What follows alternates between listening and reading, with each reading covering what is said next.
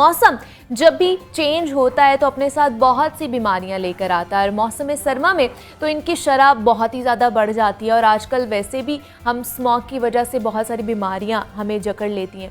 और इसके साथ साथ मौसम सरमा में बहुत से लोग जो हैं वो जोड़ों और हड्डियों में दर्द से परेशान होते हैं और इस मौसम में पुरानी दर्दें भी, जैसे मैं बता रही थी, कि वो भी निकल आती हैं। तो अक्सर लोग ये शिकायत करते भी नज़र आते हैं कि साल या 6 महीने पहले हमें एक चोट लगी थी, लेकिन मौसम सरमा जैसे ही आता है तो वो दर्द फिर उसी शिद्दत के साथ शुरू हो जाती है। तो इससे निजात के लिए नित नए तरीके आजमाते हैं, लेकिन फिर भी फ़ायदा नहीं होता उन लोगों को। तो मौसम सरमा और दर्दों में क्या ताल्लुक़ है, इसकी वजूहात क्या होती हैं और इनसे बचाव कैसे मुमकिन हम बना सकते हैं, इस पर आज हम बात करेंगे। हमारे साथ इस वक्त मौजूद हैं एसोसिएट प्रोफेसर हैं डॉक्टर शहजाद करीम भट्टी हैं, पेन मैनेजमेंट एक्सपर्ट हैं। डॉक्टर साहब, मैं आपको खुश आमदीद कहती हूँ जागो लाहौर में। कैसे हैं आप? जी शुक्रिया, बहुत बहुत। डॉक्टर साहब, जैसे मैं बात करी थी कि जैसे ही मौसम सरमा आता है तो हमारी जो पुरानी दर्दें या हड्डियों की दर्दें होती हैं वो निकल आती हैं। ऐसा इसकी क्या वजूहात हैं कि मतलब साल पहले अगर हमें एक ज़ख़म हुआ है या चोट लगी है तो वो साल बाद हमें उसी शिद्दत की दर्द होना शुरू हो जाती है?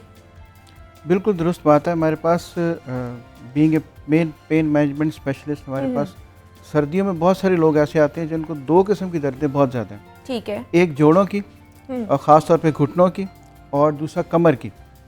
अब होता है कि बेशुमार लोग ऐसे हैं जो ज़िंदगी में कभी गिरे भी नहीं हैं, जिनको चोट भी नहीं लगी, जिन्होंने कभी स्पोर्ट्स भी नहीं की, जिन्होंने कभी वज़न भी इस तरह से नहीं उठाया, उनको दर्दें क्यों होती हैं। लेकिन चंद टिप्स हैं जो तमाम लोगों के लिए फ़ायदेमंद हैं, उसमें मैं आप सब शामिल हैं। सर्दियों में होता है, वैसे कॉन्सेप्ट समझने की ज़रूरत है। सर्दियों में होता ये कि हमारे बॉडी जो है हीट कंजर्व करती है, उसके लिए क्या होता है कि पट्टे हमारे खिंचना शुरू हो जाते हैं। जब पट्टों का खिंचाव होगा तो वो दर्दें जो पहले ही मौजूद थीं वो ज़्यादा बढ़ के सामने आ जाएंगी। नंबर 2, कुदरत का अमल ये है कि जब सर्दी ज़्यादा होती है तो हमारे जो जॉइंट्स हैं उनके अंदर ब्लड सप्लाई कम हो जाती है, वो मज़ीद दर्द को बढ़ा देती है। ठीक है। बचाव के तरीके मौजूद हैं। हर दर्द का इलाज दवाई नहीं है, हर दर्द का इलाज ऑपरेशन नहीं है, हर दर्द का इलाज लंबे चौड़े नुस्खे नहीं हैं। तो अब छोटी छोटी चीज़ें हैं, अभी हम डिस्कस करेंगे, मैं आपको बताऊँगा कि आपको ताकि किसी दवाई की या लंबे चौड़े किसी नुस्खे की ज़रूरत ही ना पड़े। लेकिन जैसे कॉमन दर्द की हम बात करें तो एक कमर दर्द है जो बहुत ही कॉमन है, वो चाहे बूढ़ों में हो या फिर अब नौजवान नस्ल में भी ये दर्द पाई जा रही है। इसकी वजूहात आपको क्या लगती है, क्या वजह है कि ये बढ़ती ही जा रही है? सबसे बड़ी वजह यह है कि हमारे पास जो पेशेंट्स आते हैं उनमें से 95% ऐसे हैं जो किसी किस्म की एक्सरसाइज के आदी नहीं हैं। ठीक है। नंबर 1। नंबर 2, ये जो कंप्यूटर और हमारे जो लैपटॉप्स और ये मोबाइल फ़ोन्स हैं, इन्होंने हमारे बैठने, उठने, सोने, जागने हर चीज़ को तब्दील कर दिया। ठीक है। अब यहाँ तक लोग कहते हैं कि जी सर उठा के सिर्फ वही चलता है जिसके हाथ में फ़ोन नहीं होता, ये आलम हो गया। तो अब ये देखें कि अगर हम कितने घंटे दिन के हम गर्दन झुका के काम करते रहते हैं, सबसे बड़ी वजह कमर दर्द की यही है। अच्छा। थोड़ी सी एक्सरसाइज कर लें और अपना बैठने का पोस्चर दुरुस्त कर लें। ठीक है। हमारे बड़े बूढ़े जब भी किसी को बैठने का तरीका सिखाते थे तो एक बात करते थे, always sit with your back straight. कमर सीधी रखेंगे तो दर्द नहीं होगी। अच्छा। दूसरी वजह जो घरों में सबसे ज़्यादा वो वज़न उठाना है। जब भी आपने कोई चीज़ उठानी है तो उसका जो वेट है वो आपकी कमर पे नहीं, आपकी टांगों पे आना चाहिए। ठीक है। जब आप झुकें तो कमर से नहीं झुकें, टांगों से झुकें, कमर सीधी रहे, कभी दर्द नहीं होगी। लेकिन जब ये दर्दें शुरू हो जाएं तो उसके बाद फिर हम जो अपने घरेलू टोटके नुस्खे आजमाते हैं, बाज़ औक़ात वो फ़ायदेमंद हैं। ठीक है। एक बात याद रखिएगा कि 100 में से 70% दर्दें बग़ैर किसी दवाई के, बग़ैर किसी सर्जरी के, बग़ैर किसी लंबे चौड़े डॉक्टर्स को दिखाने के ठीक हो सकती हैं। जी बिल्कुल। लेकिन वो फिर कौन सी दर्दें हो सकती हैं आपको, मतलब घुटने की दर्द है, कमर की दर्द है या बाकी किसी चीज़ की दर्द है, वो किस तरह की दर्दें हो सकती हैं? देखिए उसमें 2 चीज़ें हैं। ठीक है। चाहे वो घुटने की दर्द है, चाहे वो कमर की दर्द है। सर्दियों में, सर्दियों के हवाले से बात कर रहा हूँ, एक तो हमें वेल कवर्ड रहना है। ठीक है। और कवर्ड भी लेयर्स में रहना है, यानी एक आपने चीज़ पहनी है, उसके ऊपर दूसरी चीज़ पहन लें, उसके ऊपर तीसरी चीज़ पहन लें। जितनी सर्दी होती जाती है वो चीज़ों से हिसाब से अपने आप को कमर ज़रूर रखें। ठीक है। नंबर 2, हमारे घरों में जो सबसे ज़्यादा ख़तरनाक तरीन जगह है वो बाथरूम है। आप ये देखें कि हम 50-50 लाख रुपया लगा देते हैं घरों को बाथरूम बनाने के लिए, लेकिन उसकी हीटिंग और कूलिंग का कोई एहतमाम नहीं करते। बिल्कुल है। सिर्फ आप ये गौर कीजिए कि रात को आप एक गर्म कमरे में सो रहे हैं जिसके ऊपर आपने हीटर भी लगाया हुआ है, कपड़े भी पूरे पहने हुए और लिहाफ भी लिया हुआ है, और once you go into the bathroom आपने जो कुछ पहना हुआ था वो भी उतार दिया और एक गर्म तरीन कमरे से लेकर ठंडे तरीन कमरे में चले। एग्जैक्टली। यहाँ से काम शुरू होता है। ओके। अच्छा, उसके बाद फिर थोड़ी सी एक्सरसाइज कर लें, वो सिर्फ मसल्स को रिलैक्स कर देगी, उससे भी दर्दें बहुत कम हो जाएंगी। लेकिन चीज़ हमें देखने की ज़रूरत है कि दर्द की वजह क्या है। ठीक है। क्या पट्ठों की दर्द है, जोड़ों की दर्द है, या इन्फेक्शन की दर्द है। अगर कोई इन्फेक्शन से है तो उसकी सबसे पहली निशानी को बुखार होगा। ठीक है। बुखार के साथ कोई दर्द होती है तो उसको आप अपने उस पर टोटके ना आजमाएं, किसी को जाके दिखा लें ताकि इससे पहले के बाद बढ़े उसको ठीक कर दिया उसको ठीक कर दिया जाए। अब डॉक्टर साहब, अगर दर्द निकल आई है कमर की, फिर उसको किस तरह हम काबू में कर सकते हैं या ठीक किस तरह कर सकते हैं, उसके लिए क्या क्या बताएंगे? उसके 2-3 तरीके हैं। ठीक है। सबसे पहली बात यह कि दर्द हम अगर 2 दिन दर्द हमारी दवाइयाँ खाने के बावजूद, घरेलू नुस्खे आजमाने के बावजूद अगर ठीक नहीं होती, 48 to 36 to 48 आवर्स, इसका मतलब है कि हमें ये किसी को दिखाने की ज़रूरत है।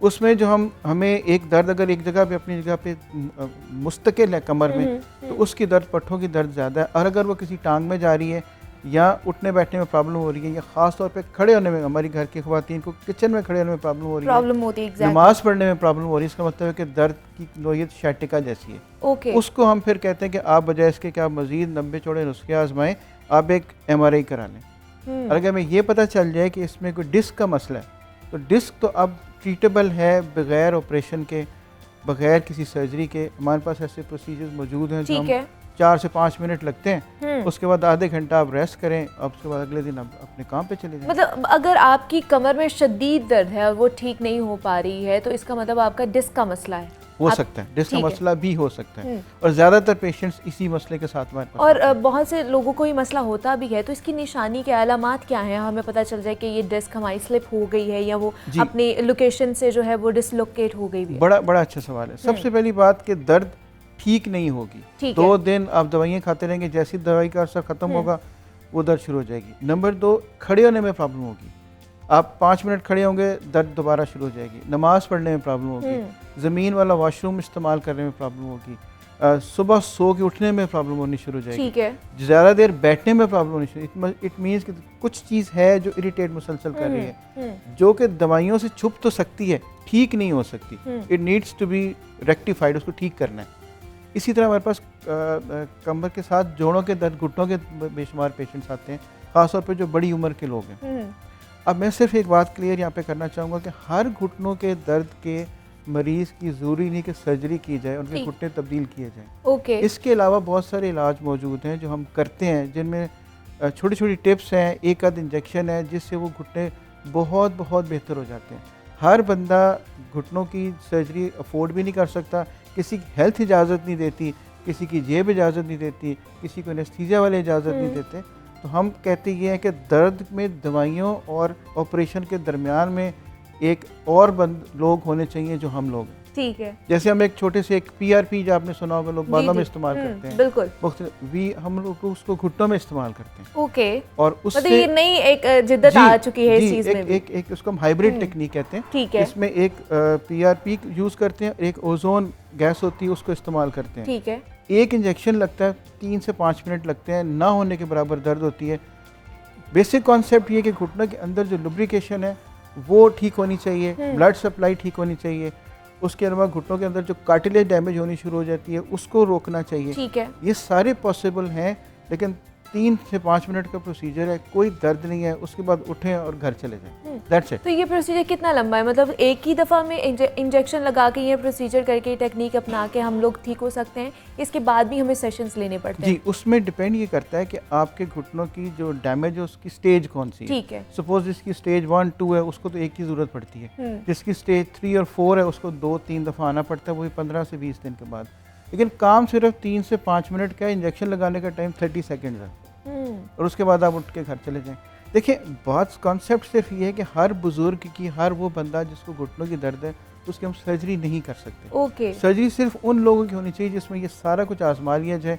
नंबर 2, इसमें फ़ायदा ये है कि ये चीज़ आपके अपने ब्लड में से निकली है, कोई बाहर से चीज़ तो ला के लगा नहीं रहे हैं, उसका तो फ़ायदा तो पॉसिबल है, नुकसान कोई भी नहीं। ठीक है। और उससे पहले जितनी जो मैंने आपको टिप्स बताई हैं, ख़ासतौर पे एक्सरसाइज है, थोड़ी सी डाइट का बेहतर होना है, डाइट अच्छी कर लें तो उससे भी चीज़ें फ़र्क पड़ जाती हैं। और ख़ास तौर पे हम जो मना करते हैं डाइट को, जो वाइट ब्रेड्स हैं, मैदा है, इस किस्म की चीज़ें, जो बर्गर्स हैं, सैंडविचेस हैं, फिज़ी ड्रिंक्स हैं, ये सारी चीज़ें जो हैं ये तमाम बॉडी के लिए भी, जिस्म के लिए भी, तमाम हमारे मसल्स के लिए भी और इवन बोन्स के लिए भी नुकसानदेह, इनको अवॉइड करें।